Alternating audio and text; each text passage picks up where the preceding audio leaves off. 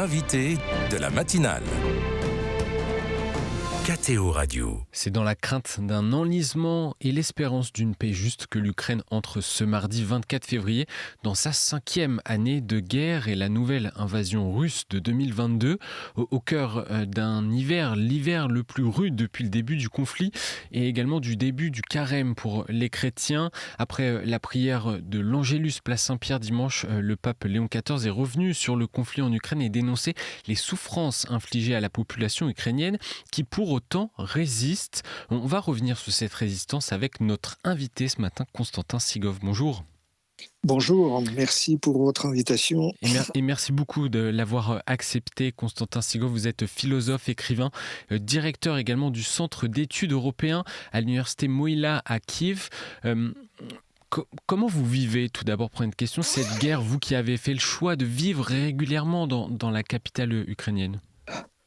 Écoutez, c'est vrai que c'est à la fois un hiver des plus durs en Ukraine et en même temps plein de solidarité, plein d'actions assez extraordinaires, des gens ordinaires apparemment, mais qui font des choses extraordinaires. Vous avez des exemples? Oui, par exemple, aujourd'hui même, Kiev accueille les frères de Thésée et notre maison d'édition que je dirige, L'Esprit et la Lettre, Duch et Littera, vient de publier le chant de Thésée, recueil de chants de Thésée. Donc, nous allons transmettre via les frères pour nos amis français. Et puis, il y a aussi un calendrier pour cette année, en ukrainien et en français, publié en Ukraine, illustré par les dessins des enfants ukrainiens. Il y a une excellente association caritative, Les Enfants de l'Espérance, qui a organisé un concours de dessins d'enfants dans plusieurs villes à travers l'Ukraine. Et aujourd'hui, c'est le calendrier aux images lumineuses et touchantes hors de nombreuses écoles ukrainiennes, des maisons, des foyers. Et puis, effectivement, il est à noter que cette action de cette association est soutenue par plusieurs communautés en France et les enfants sont profondément reconnaissants pour chaque geste d'attention et d'amitié. Je tiens à citer à ce propos Simone Weil qui disait que l'attention est la forme la plus rare et la plus pure de la générosité. Quel est le quotidien des habitants à Kiev? Et on imagine que ce quotidien est différent par rapport aux Ukrainiens qui vivent proche de la ligne de front. Bien sûr, ligne de front est maintenant devenue vraiment la frontière entre voilà, la vie et la mort et tout ce qui est proche de front. Les villes sont très endommagées. Il y a toujours des évacuations, mais et surtout, vous savez, ne pouvant pas militairement beaucoup avancé et gagné, donc l'agresseur russe détruit toute l'infrastructure, tout ce qui assure l'eau, le chauffage, et donc surtout dans les villes exposées directement à l'agression, comme Kherson ou Kharkiv, donc ville de plus de 1 million d'habitants. En fait, la vie, l'enseignement en particulier, l'école, c'est souterrain.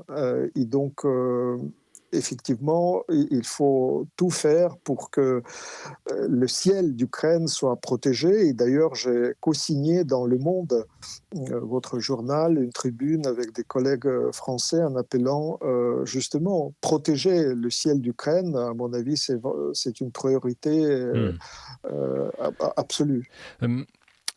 La capitale, Kiev, n'est pas épargnée non plus, même si le quotidien des habitants est différent. Vous êtes professeur d'université dans la capitale. À quoi ressemble une vie d'étudiant, la vie d'un étudiant à Kiev aujourd'hui ?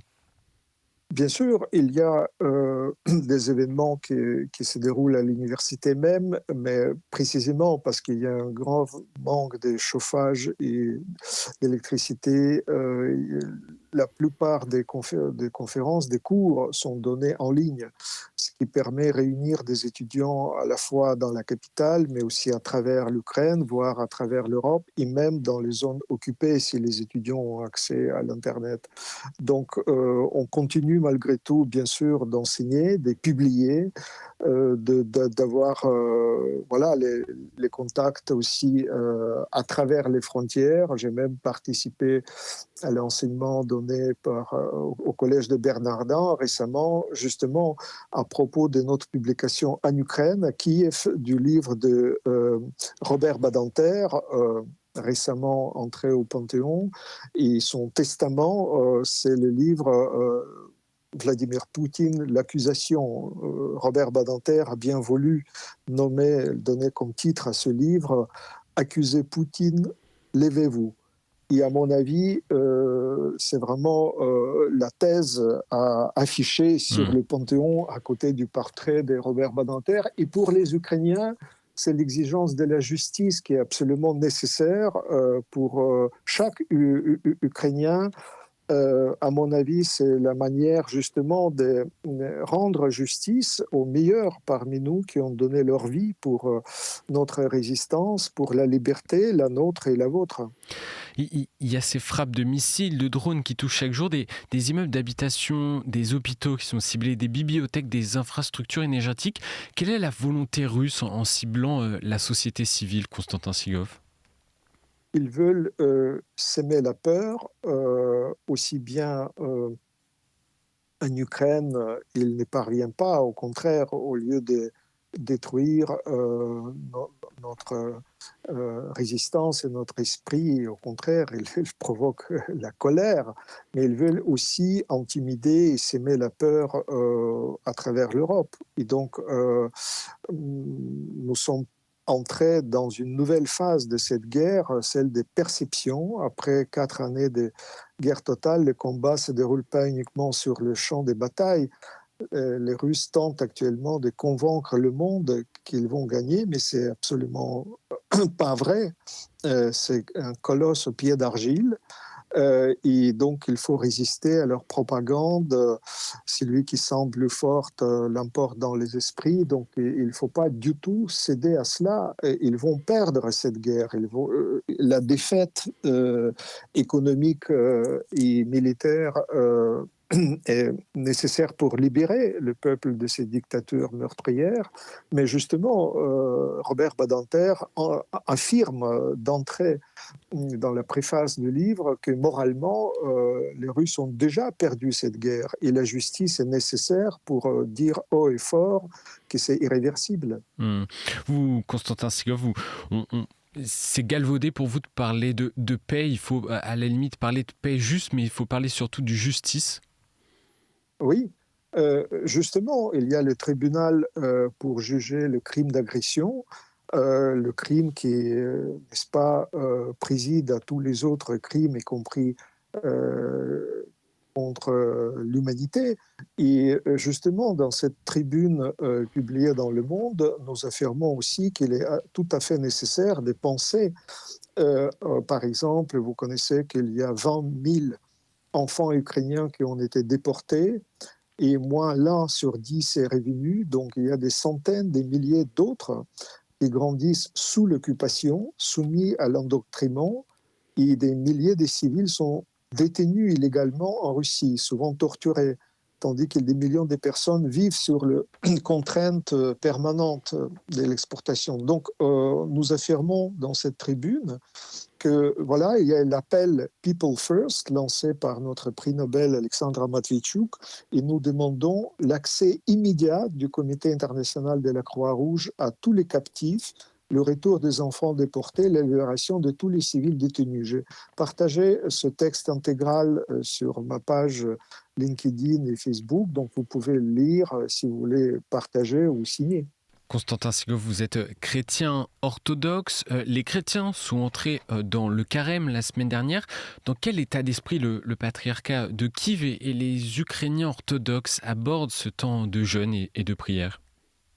Je vous signale que carême commence le même jour aussi bien pour les orthodoxes catholiques et protestants. Et justement, en particulier l'évêque catholique de Kiev, que je connais bien personnellement, Vitaly Krivits, qui a fait l'état d'une nouvelle attaque dévastatrice contre Kiev et ses environs. Donc il y a 17 blessés, dont 4 enfants, et en particulier beaucoup de maisons endommagées, édifices religieux, la coupole d'une église et monastère des Carmélites. Malgré les destructions, les sœurs sont indemnes, mais ils poursuivent leur mission de prière pour l'Ukraine, pour l'Église et pour ses défenseurs et pour une paix juste. Et les orthodoxes aussi, si vous voulez, font la même chose. Et vous savez bien que le temps des carêmes, c'est aussi le temps pour penser comment on accompagne quelqu'un sur son chemin de croix, de porter au minimum ce lourd fardeau au moment même que justement quelqu'un est entouré par ses ennemis qui dort au jardin de Gethsemane, qui ensuite s'est dispersé et donc n'est pas laissé seul parmi les brigands et choisir en fait avec qui on veut être, choisir est-ce qu'on est capable de résister au mal radical, à une foule qui, n'est-ce pas, est plutôt pour tuer le juste. Donc tout le sens de la justice est depuis 2000 ans inscrit dans notre ADN.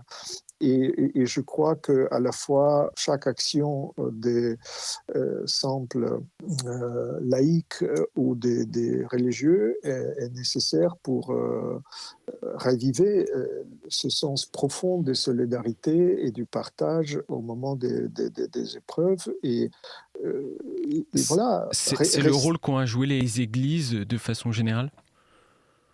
C'est le rôle, bien sûr, c'est une église orthodoxe autocéphale parmi de 15 d'autres églises autocéphales à travers le monde, avec le patriarcat de Constantinople bien représenté aussi à Paris. Et je crois que l'essentiel, précisément, c'est de résister aux tyrans, aux dictateurs, à l'idolâtrie. Donc, c'est depuis les prophètes de la Bible et depuis les psaumes, nous connaissons qu'il faut préserver la liberté et ne pas permettre cette idolâtrie de s'installer au cœur même, au Quai Branly. Merci Constantin Sigov d'avoir accepté notre invitation. Je permets de signaler aux auditeurs la publication de votre dernier ouvrage Musique en résistance qui retrace le parcours de deux compositeurs, un estonien Arvo Pärt et un ukrainien Valentin Silverstrov dans la période de l'URSS jusqu'à aujourd'hui. Vous décrivez également cette pression du pouvoir qui nourrit aussi le travail artistique Musique en résistance. Merci d'avoir été avec nous, d'avoir accepté notre invitation ce matin. Merci pour vous. Arvo Pärt est le compositeur le plus joué sur notre planète parmi les compositeurs vivants. Et Valentin Silverstrov, c'est aussi le géant de la musique contemporaine. Il doit venir à Paris d'ailleurs, et donc ne manquez pas les deux concerts, le 4 mars et le 26 mars, avec Pärt et Silverstrov. C'est noté. Merci beaucoup.